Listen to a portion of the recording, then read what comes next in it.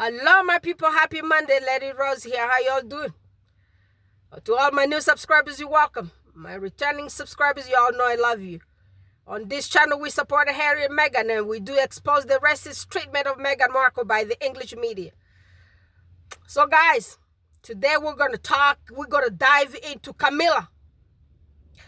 Did y'all see what happened in France?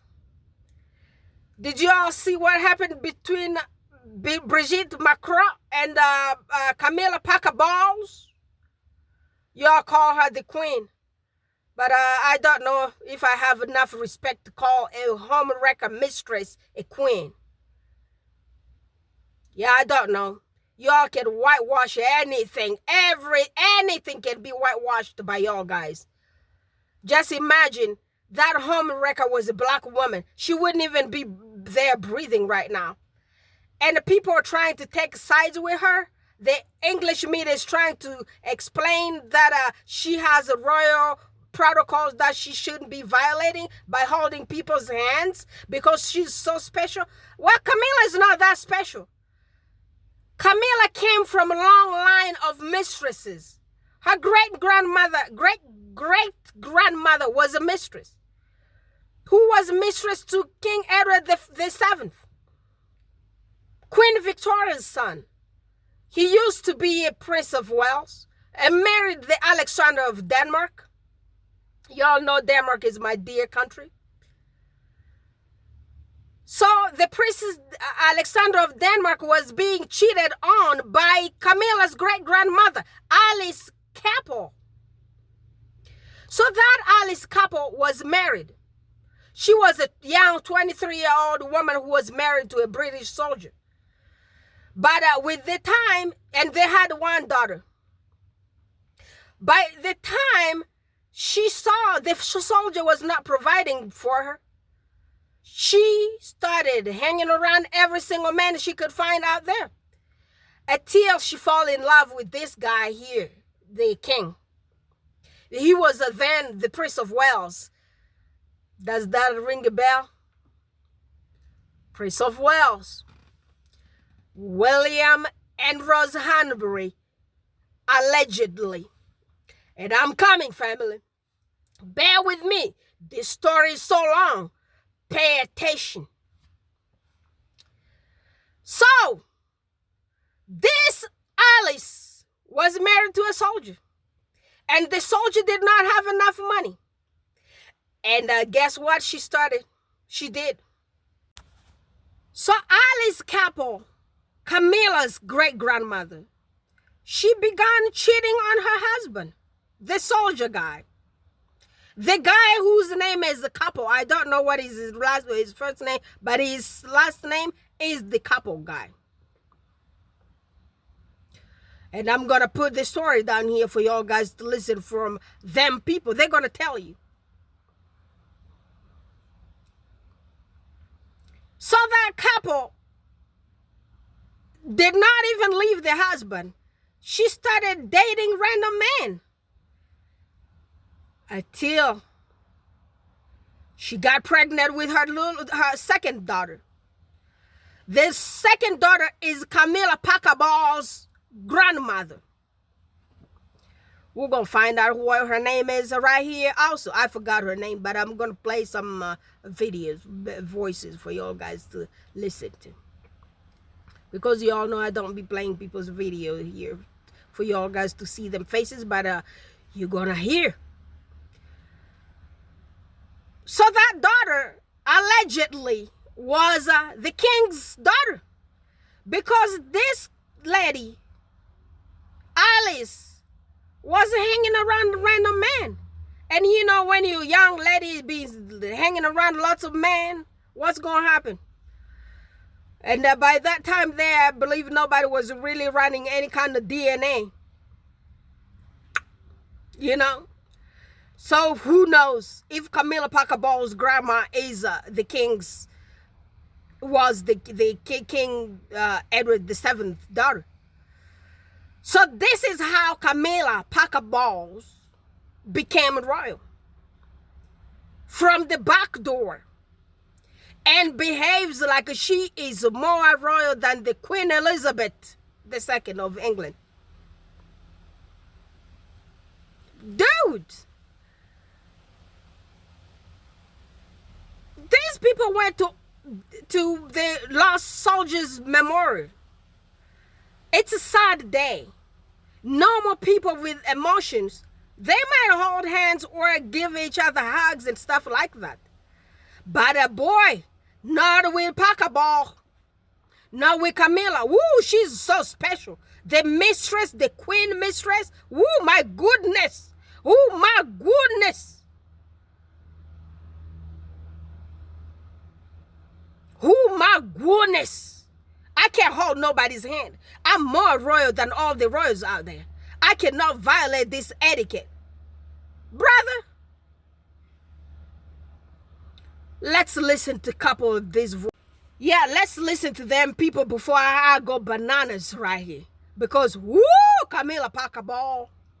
Oh, that name be making me sin. Let's listen to the E-News.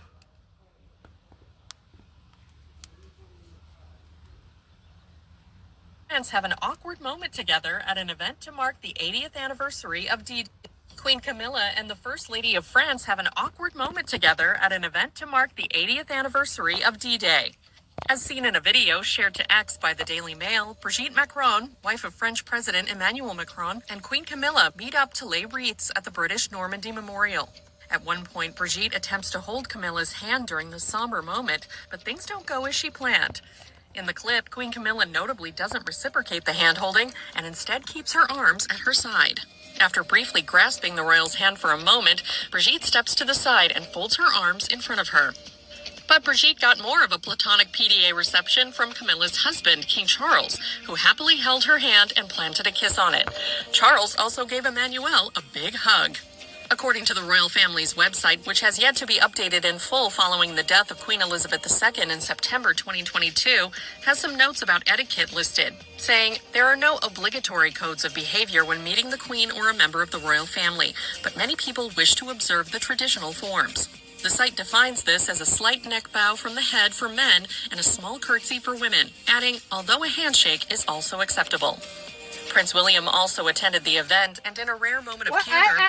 I do not believe like a French president's wife should bow down for any kind of mistress, Camilla. No.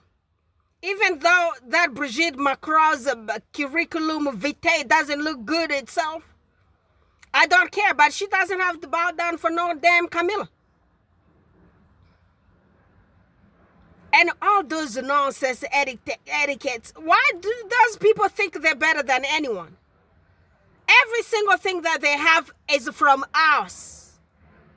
Every single thing that these people have in their monarchy is coming either from Africa or from the Caribbean. What do they have that makes them so important? Like they want to be above everybody. And this mistress... Oh my goodness. This white privilege. This white privilege. You know, had I had all this white privilege, I would not exhibit it in public. I'd be human.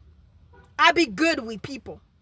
I've seen American presidents' wives around here holding each other's hands. I saw Michelle Obama holding Joe Biden's hands. I saw Hillary Clinton holding Bush's wife's hands, or the Barbara Bush, or those presidents' wives. What makes this monarchy, what makes this royal people, these people, what makes them so special? What makes them so special? Those people's moral, it's like a damn, I don't want my kids to learn lots of stuff about them mistress people. These cheating kings and princes and all those people. Those people are not the people I want to be related to. They are horrible, horrible line of people. They are cursed, actually. Let's listen about this Alice Keppel who cheated on Alexandra of Denmark. Became the according to them, because them people, they be whitewash anything, like their favorite mistress. Favorite mistress. A mistress is a mistress. Home wreckers. That's what y'all are. Let's listen to the series of those people, how they try to justify all the mess. Horrible. So let's learn a little bit about this Alice, the famous mistress. People perceive Victorian era as one of the public acting prim, proper and buttoned up. But Alice Keppel proves that what went on behind closed doors was very different. Keppel was one of the most scandalous women of her day, with scandal and antics taking place behind tightly closed bedroom doors. I will be taking a closer look at the life of Alice Keppel. On April 29, 1868, Alice Keppel was born into privilege with a silver spoon pretty much in her mouth from birth. Please continue to support my channel by subscribing. She was born to parents Sir William Edmonstone and his wife, Mary Elizabeth Parsons. The couple were renowned members of the English nobility and direct descendants of the royal house of Stuart. Alice's full birth name was Alice Frederica Edmonstone, but her parents gave her the boy nickname of Freddie, due to being more like her brother than her 7 older sisters. Not only did she act like a tomboy, but she also showed a great interest in them too. It was when she became a woman in her own right that she shredded the tomboy identity she had grown accustomed to during childhood. She was the epitome of beauty in the eyes of the Victorians. She had wide blue eyes, a tiny waist, and most infamously, a plump chest. Keppel gave up the nickname Freddie for Flirtatious Freddie when she began to show off the assets she was born with. But she started to get a reputation for being a bit of a hussy. Although she was the epitome of pretty, her secret advantage was her amazing intellect too.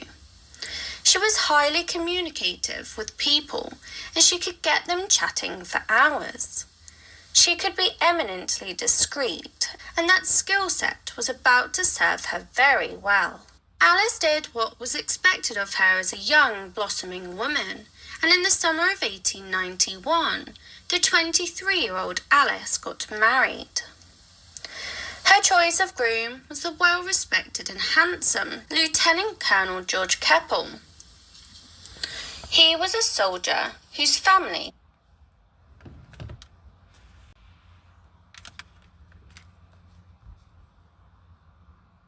had a deep history of serving the royal family.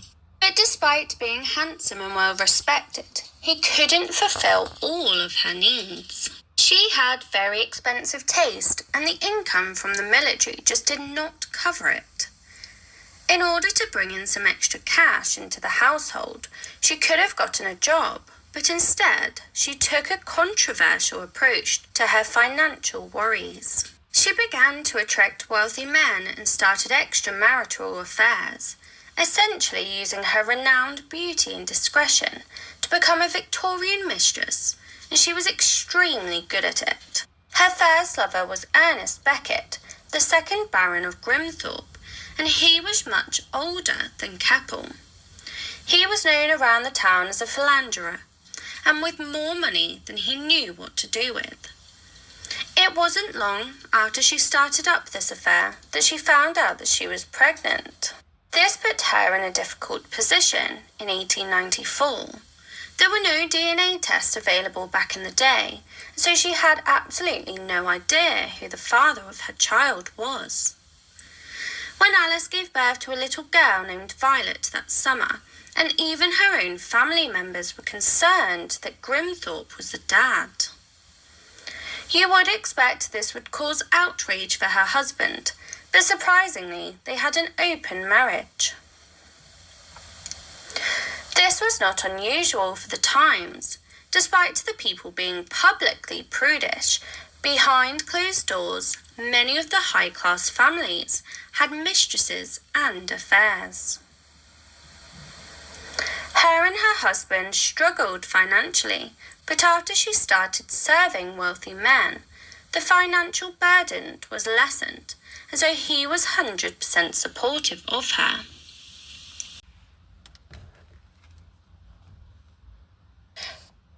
Behind closed doors, many of the high-class families had mistresses and affairs. Her and her husband struggled financially, but after she started serving wealthy men, the financial burden was lessened, as though he was 100% supportive of her. He even engaged in some of his own affairs and once noted, "I do not mind what she does as long as she comes back to me in the end." Although he was okay with her affairs, some things even made him question things when a prince fell in love with her.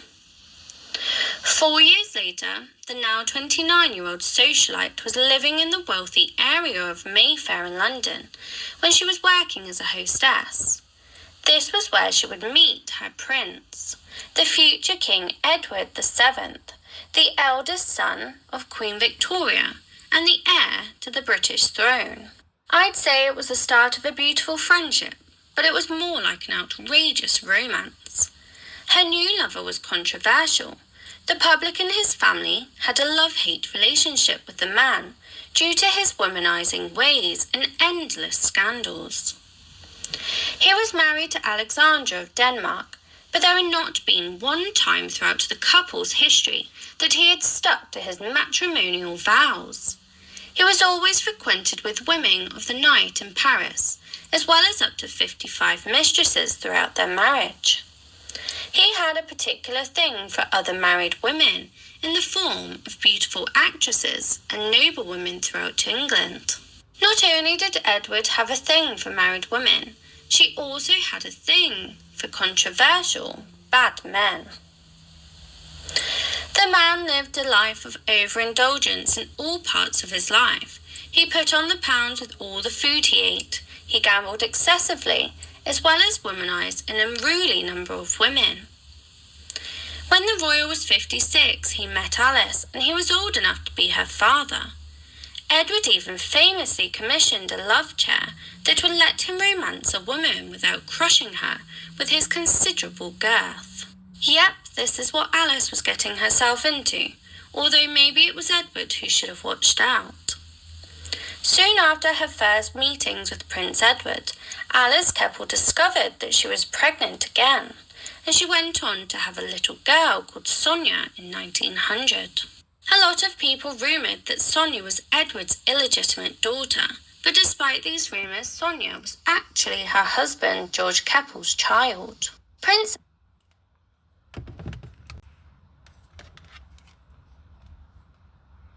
Edward enjoyed a rendezvous with married women, perhaps for the secret sneakiness of it. He was probably surprised by the tolerance of Keppel's husband, who even accommodated his affair.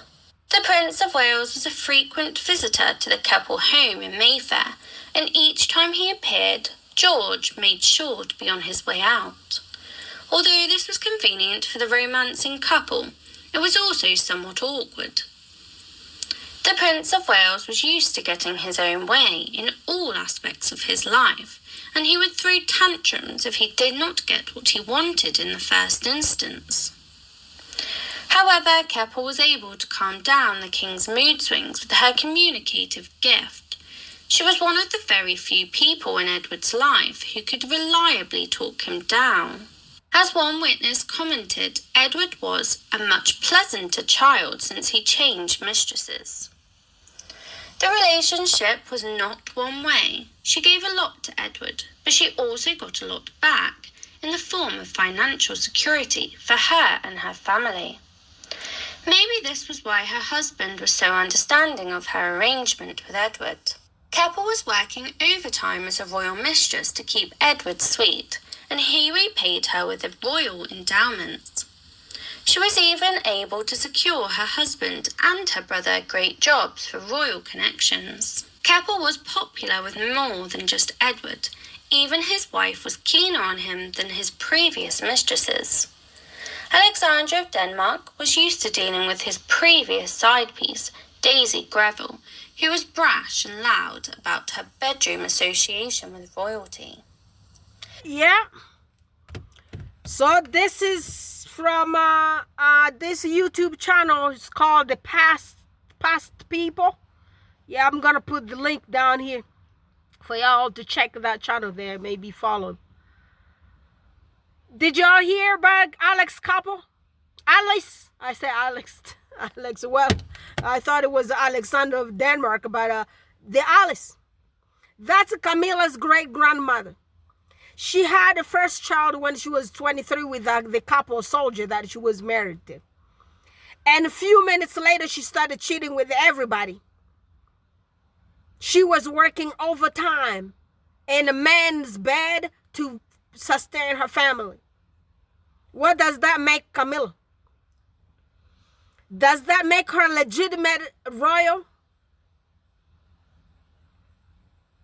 To behave the way she's behaving?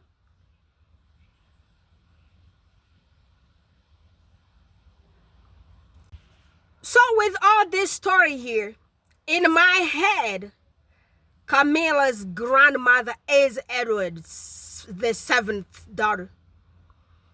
And with all this being said, Camilla and Charles are related. They need to do some DNA check test right now here. It's gonna show something. If only all of those people were not cheating on each other, because it doesn't sound like those people were so clean. So Edward was just, William is just like the great, allegedly. They like married women. Because, you know, it's easier to date married women because they won't be running around saying stuff in your name. You know what the Catholic priests do? Oh, they won't go date nobody single like us. They're going to go for the married ones. You have to be well married in your home. You got to have babies and all those. That's when they're going to date you. Yeah. And there are royal rotters around here. I'm bringing juicy story. It's Monday. Happy Monday, my queens and kings. I'm telling you, this is juicy. This juice is out of this world. So buckle up. So this is what these people do. Can you believe during the Victorian time, a soldier allowing their wife to hang around some kings for money? What does that sound like to you? What do you call those kind of women nowadays? Well, long time ago they used to call them same.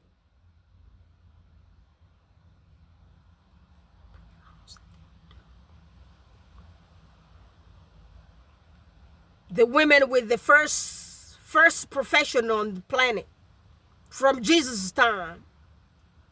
What do you call them? Them night ladies. You know, on YouTube you don't really say lots of stuff the way they should be said. So we're just gonna speak in codes. So bear with me. Them night ladies. So that's what Camilla's great-grandmother was. And that's how Camilla's grandmother was born. From the mother's infidelity with a random man when she was married.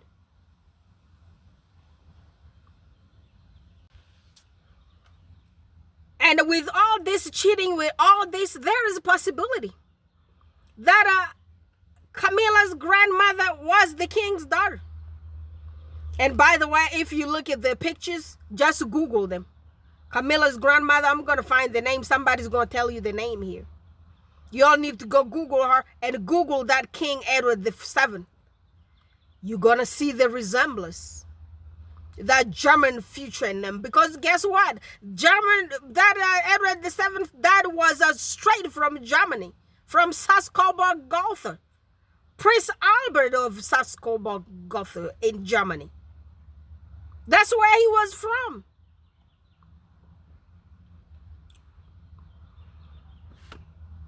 When I see a German, I can tell you that's a German.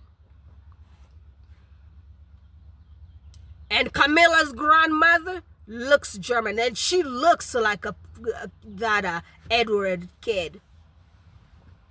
King. I'm just saying.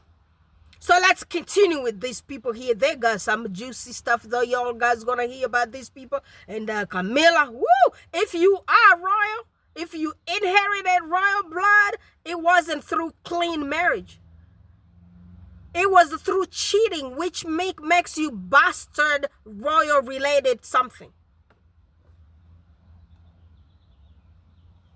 Pretty simple. Let's listen. Let's listen what the white ladies are saying around here.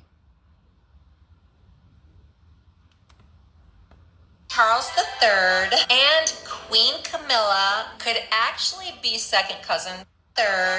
Charles III and Queen Camilla could actually be second cousins, allegedly. Alice Keppel was the mistress of Edward VII. Her second daughter was Sonia, who many people say was absolutely 1,000% Edward's. She was not the daughter of George Keppel, who was Alice Keppel's husband, but she was the daughter of King Edward VII. Sonia was the mother of Rosalind Shand.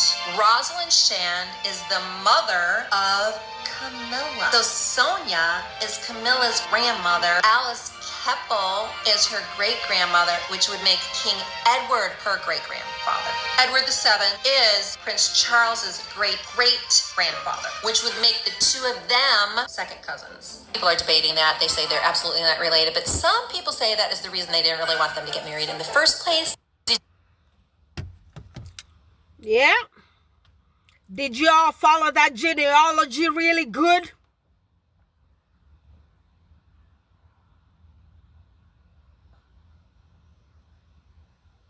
Alice Keppel's daughter's name was Sonia. And that Sonia was Camilla's great-grandmother. And Camilla's mother is Rosalinda, Sonia's daughter. Then that Sonia allegedly is the king's daughter. And I'm telling you, they look alike. Somebody need to go dig those bones there. Guess what? They're going to find them DNA and tell us the truth. And get this part here. You know when King Charles married Camilla Parker Ball, he went and got Alice Keppel's jewels and gave them to Camilla. Yes, it's in documentaries. I watched the documentary. If I did not save that video for y'all guys, but I'm telling y'all guys, you can go Google it. So Alice Keppel's jewels, because you know, those people a long time ago, when you date them, you marry them, if they give you some kind of, any kind of expensive valuables, when you die, you need to bring it back to the monarchs.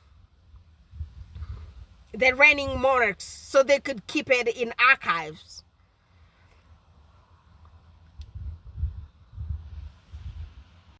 So if you were giving like a diamond ring or gold, wherever, necklace and all those good stuff, so when you dying, it doesn't matter if you're a mistress, somebody's gonna have to bring it back for them people to keep as a trophy.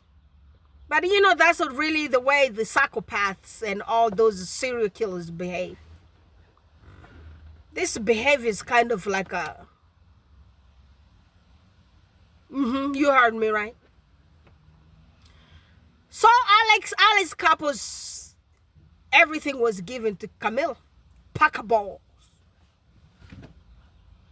Let's listen to our next video.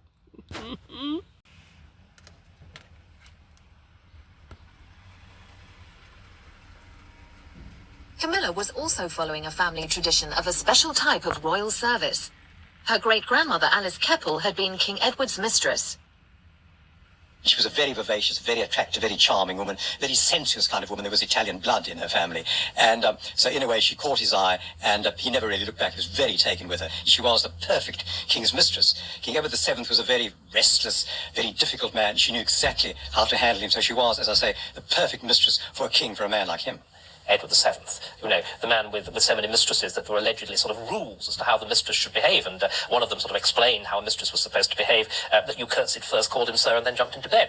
There was actually a sort of court etiquette for the mistress. In those days, there was no scandal about that kind of thing. The general public didn't know about it at all. If photographs of them appeared in British newspapers, then her face would be airbrushed out. You would see her hat, you would see her dress, but you wouldn't actually see who it was. In that way, the newspapers were very discreet about it. Alice Keppel played the perfect wife, but rumours surrounded the birth of her second child. There were two daughters. There was Violet and there was Sonia. And as the second daughter, Sonia, was born after Alice Keppel had met the then Prince of Wales, it's quite likely that he was her father. No one can know this kind of thing for sure. But I think it is more than likely that the future King Edward VII was Sonia Keppel's father. If true, then Sonia passed on royal blood to her granddaughter, Camilla. Born in 1947, the year Alice Keppel died, Camilla was the first child of Sonia's daughter Rosalind and Major Bruce Shan. At his 50th party, she wore this aquamarine and diamond necklace. It belonged to her great-grandmother, Alice Keppel, mistress of King Edward VII, Charles's great-great-grandfather. Charles is fascinated by today's repetition of their great romance. He goes out of his way to find jewellery which belonged to her great-grandmother, Alice Keppel. He wants to revisit history, and what he's done is gone out of his way to try and find all the jewellery which King Edward VII gave to Alice Keppel and give it back to Camilla. Now, you can call it sentimental, or you can call it what you want. Some would call it expensive. Charles learned that a well-kept mistress can cost as much as a wife. Camilla wears clothes from Versace, one of Diana's favourite fashion labels. So did y'all hear that? Not coming from this black woman's mouth. It's coming from the royal reporter's mouth. The royal biographers. Y'all got titles for them. I wonder how much they get paid for those writing those biographies. Well, I guess some kind of royal whatever followers do buy their books. Maybe that's what is keeping them there. Keeping all those 11 Angela whatever up here. So I bet they're probably making money from them books. Alice Keppel. Yeah, did you all hear what them people said? King Charles was fascinated about his great-grandfather's relationship with the Camilla Ball's great-grandmother. So he went and dug all those jewelries and gave them to Camilla that belonged to her mistress great-grandmother. So see how they whitewashed that mistress in this little piece of video? It's something like needs to be praised. When it's them doing all the dirty stuff, it's praised. It's okay. It's acceptable. But when the black guy does it, when the black woman does it, oh my goodness, oh my goodness, oh my goodness. How dare was these people. I'm just trying to maintain myself because guess what? I do not want to get angry. We need to finish this juicy stuff here because we're digging deeper. We're still going off all them. Okay, let's continue. And these royal mistresses, they have the audacity. Listen to this part here. And when Alice spoke to other men, Bertie was always jealously watching his beloved. In 1901, Queen Victoria passed away, and the Prince of Wales became King Edward. Not only his status changed, but so did Alice's. They could no longer meet as openly as before. Alice, though, retained enormous influence over the king, never abusing it. She never used what she knew to her own advantage or that of her friends, recalled one of her acquaintances.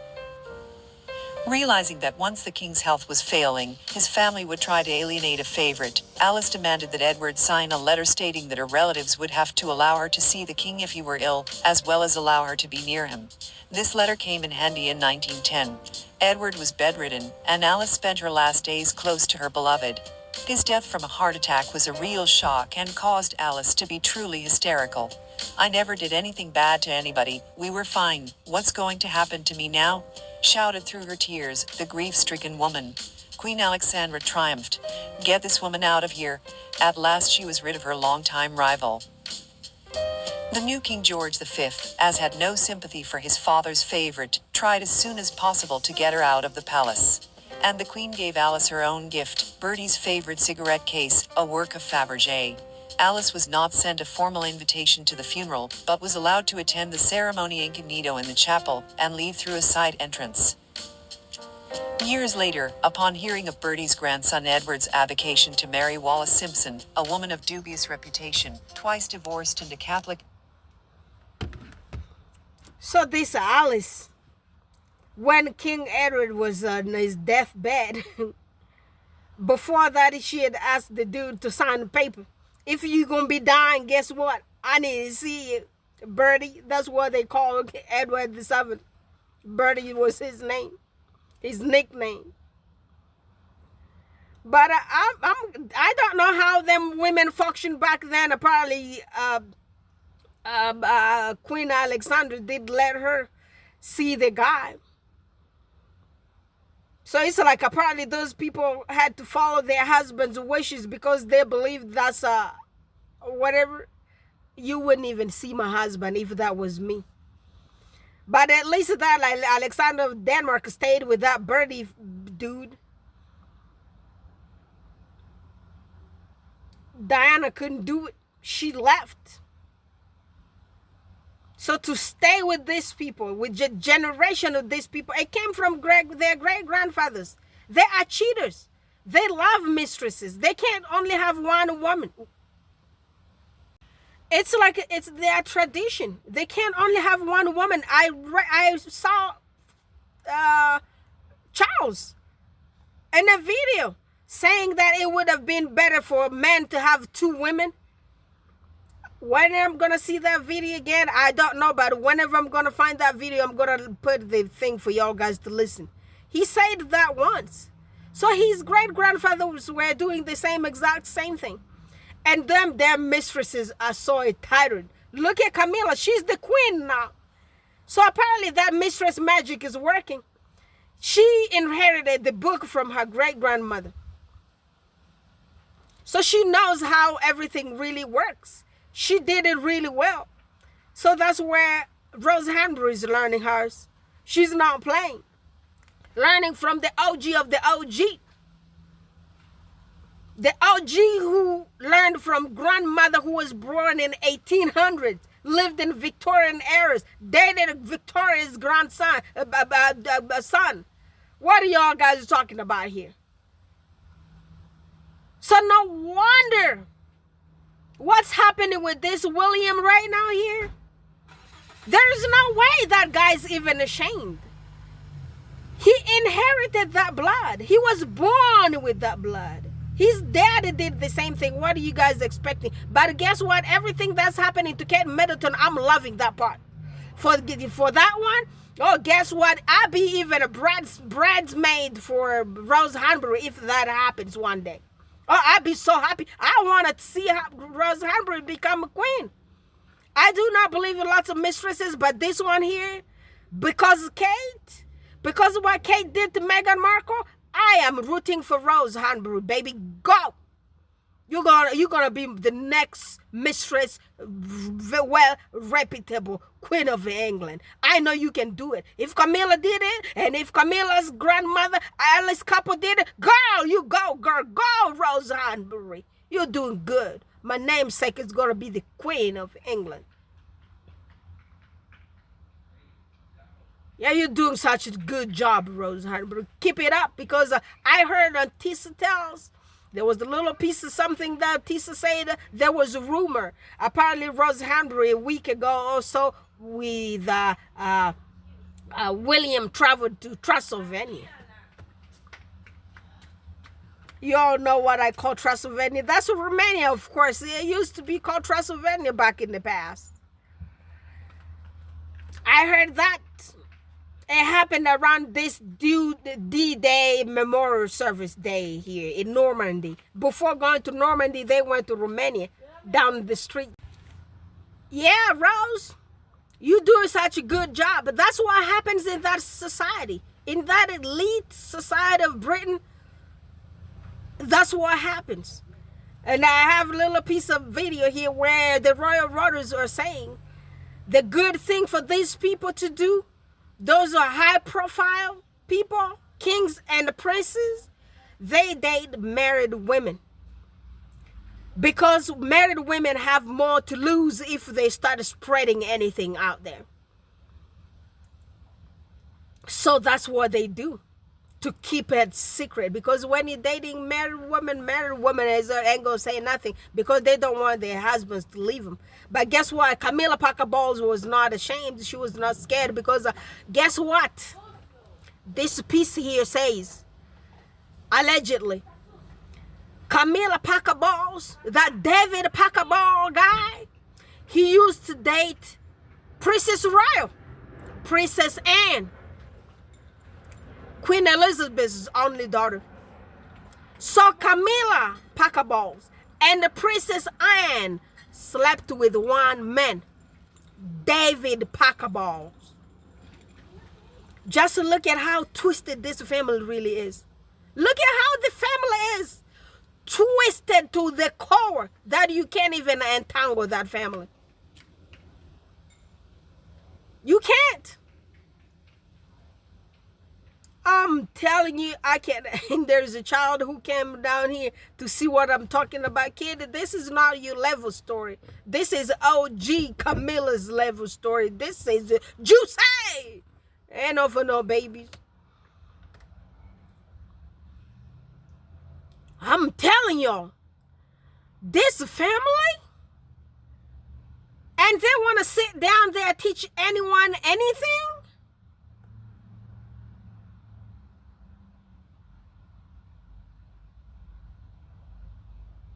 Meghan Markle, sister, you did great to go into that family so we could learn all this mess. Had you not gone into that family, we would be minding our little black ladies' business or little black men business down here. We would not be minding these people. Because we do not have good history with these people. We were sitting down here minding our little black people business. And now y'all got us in all Alice Keppel's little damn business. We be digging all the deeds. That's what we're going to do. And I'm going to tell you, I'm your certified petty sister right here. I'm going to dig him up for y'all. I dig all the deeds. I dig him right here. We're going to learn about him. Let's go to our next video. This is Juice. Guys, just like his great-grandpa, Charles had lots of more mistresses than we thought. Let's listen to this one here. Meet Prince Charles's second mistress, whom he abandoned. The rival mistress was Camilla's lifelong enemy.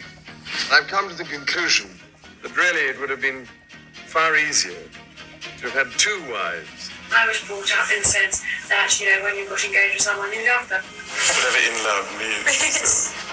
Camilla was not Charles's only great mistress. And there was this kind of push-me-pull-you going on between these two mistresses, and they hated each other.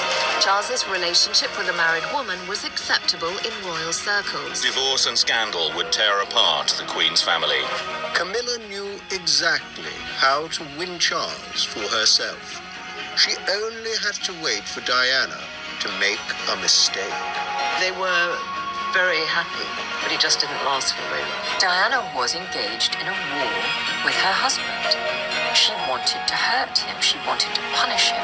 Her husband who loved someone else. I knew it.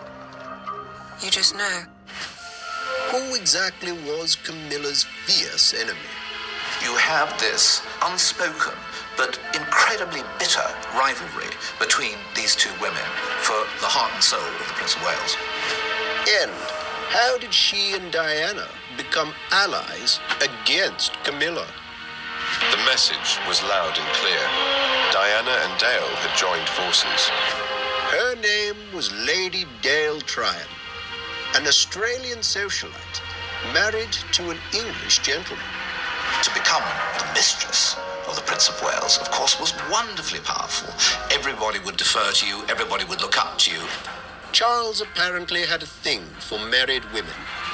It's well known in royal circles that if you're going to have an affair with a woman, make sure she's married. Make sure she's got more to lose than you have. In most cases, their husbands knew of the affairs. An English gentleman will always lay down his wife for his country, and this was certainly true in the case of Andrew Parker Bowles. In 1979, there was very little pretense about the intensity of the relationship between Prince Charles and Camilla. Camilla was Charles's first great love. And, of course, his first exciting mistress. Under the cover of royal engagements, Camilla turned up regularly.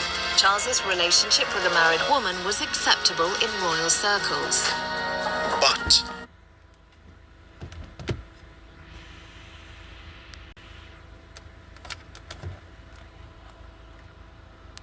when Dale Tryon came onto the scene, Charles quickly grew infatuated with her.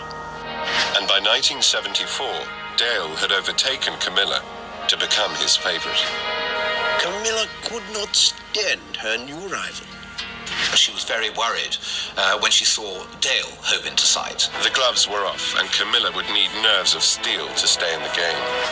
Poor Diana had no idea what awaited her. She knew nothing at first of his secret life. An inexperienced 19-year-old, Diana had accepted Camilla's friendship at face value. No one would tell her the truth. The royal family and her own relatives remained silent about Charles's mistress. It did not take long for her to become suspicious.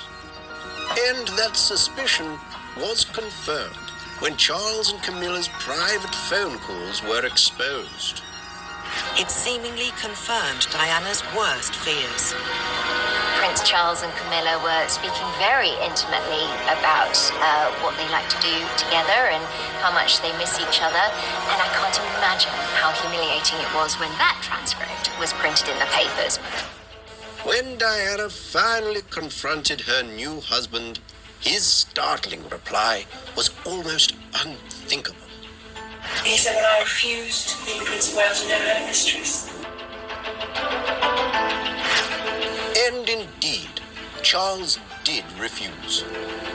Diana had to react with desperate measures.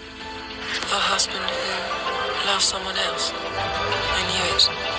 You just know. Diana was engaged in a war with her husband. She wanted to hurt him. She wanted to punish him.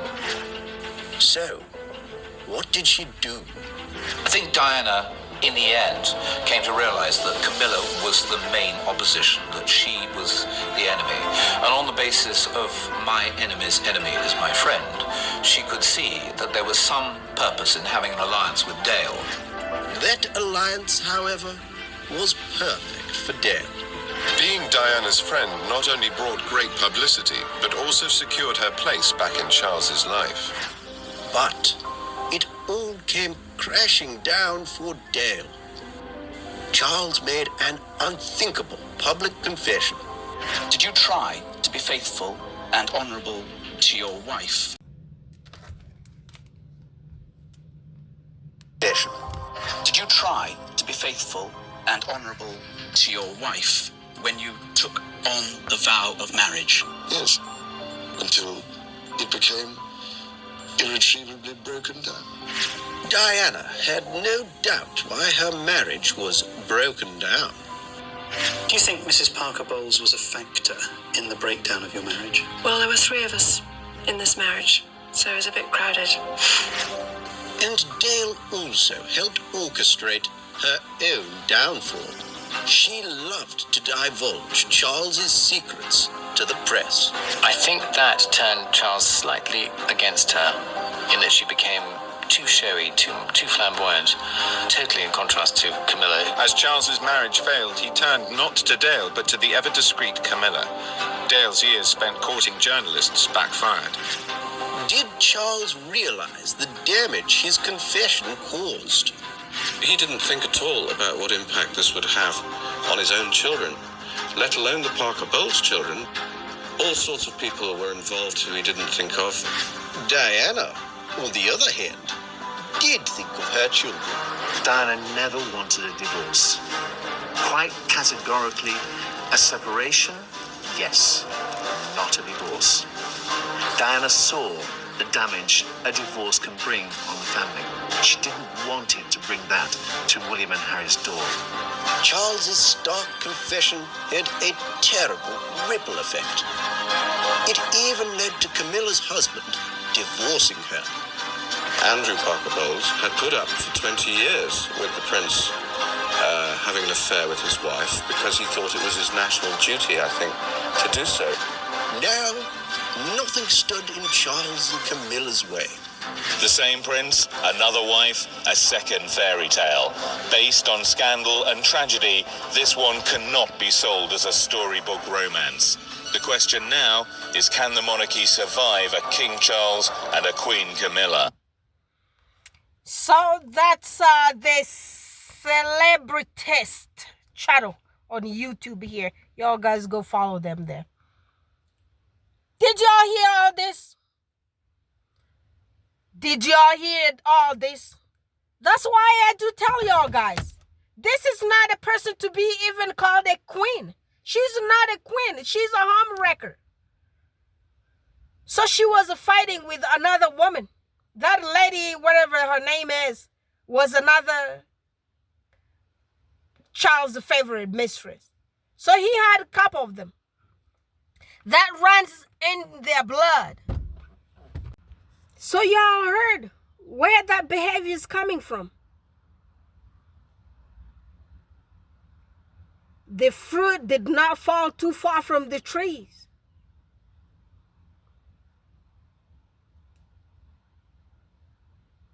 Them trees for William, great, and the father. And let's hope his little son is not going to be the same, but I doubt.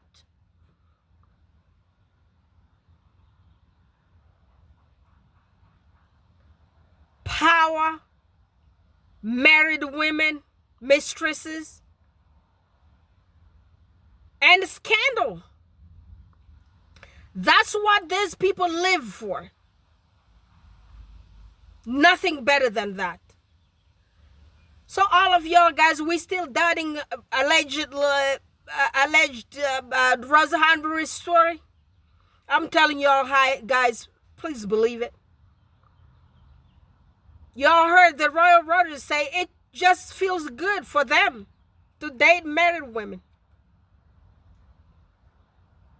They can't be running around with regular women. You gotta be married. So David Parker Bowles had to deal with King cheating with his wife for 20 years. So in his head, because he probably didn't want to lose his job.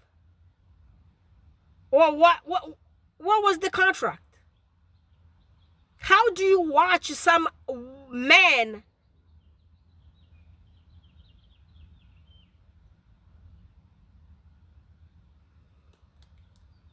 with your wife and you say nothing and you do work for those people? What is this guy's title? David Parker Bowles. What is the balls, whatever? So did y'all hear it says Princess Diana did not want a divorce. She wanted to be separated but not divorced. So all this mess couldn't play the way it played. But guess what? They did not want her around. And remember, Dottie Alphahead's dad what he said? He said these people unalived his son with the Princess Diana. Mohammed Al-Fayed. That's Dottie Al-Fayed's father, the guy who was dating Princess Diana's father. Dottie Al-Fayed's father, he's one of the billionaires from Egypt. He's Egyptian originally, but also lives in England, has lots of hotels everywhere. He's a rich man. You know, that guy worked with lots of secret services. Everything he came here and claimed, and every time that he took to investigate everything, he can't be lying. Apparently, they needed to like unalive Diana because, well, I believe had Diana been alive, this marriage thing wouldn't happen. The mistress wouldn't be the queen right now. Damn, the way this thing played. From great-grandmother to the granddaughter. To the great-granddaughter. From mistress to the king to the king's wife and called the queen. After all this mess. And people expecting Prince Harry to respect this lady. I don't even know what Meghan Markle thinks about this lady. 20 years cheating on your husband and you live in the same home. And meanwhile, allegedly, it was on the press around here, Camilla and this guy, Charles, used to go spend weekends at Prince Charles' grandmother's home. The Queen Mother's house, that used to be their hotel. That's where they would spend the night, weekends, riding the horses and hunting in the bushes. And Camilla would attend the Prince Charles polo games and all those while she was married to this ball man. Bro, these people ain't got no heart. And there's Camilla for you, behaving like she's more royal than anyone. She came from a legitimate daughter of the king and went to marry her cousin. These inbred people.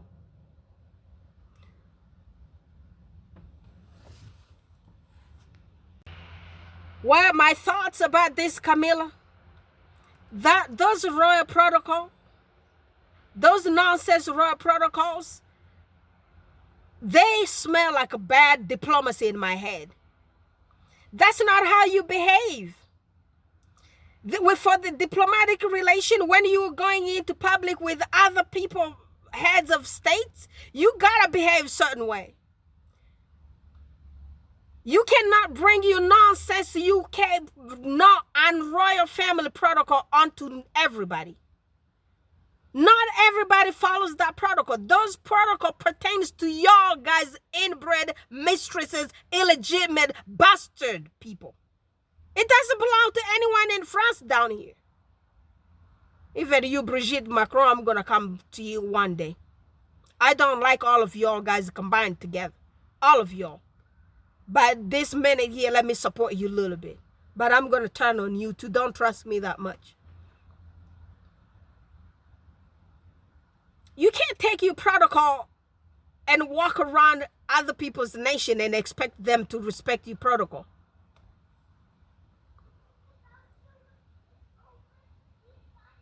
I mean, I was not going to say lots of good stuff.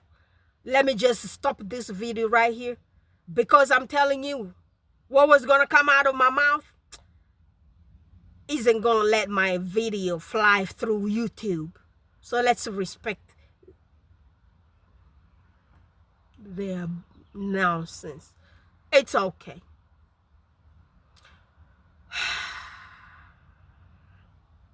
Calm down, Lady Rose. Calm down. That's me calming myself. All right, my people. I'm gonna talk to you all guys again tomorrow. Please subscribe to Isabella Bax. I thank you all guys for reaching 4,000 subscribers on my sister's channel. Isabella Bax does a beautiful job out there helping others. So y'all bless the sister. Please subscribe to her channel and share her videos. Also subscribe to my channel and share my videos. And let's juice it up. Happy Monday. I'm gonna talk to y'all guys tomorrow. Bye for now.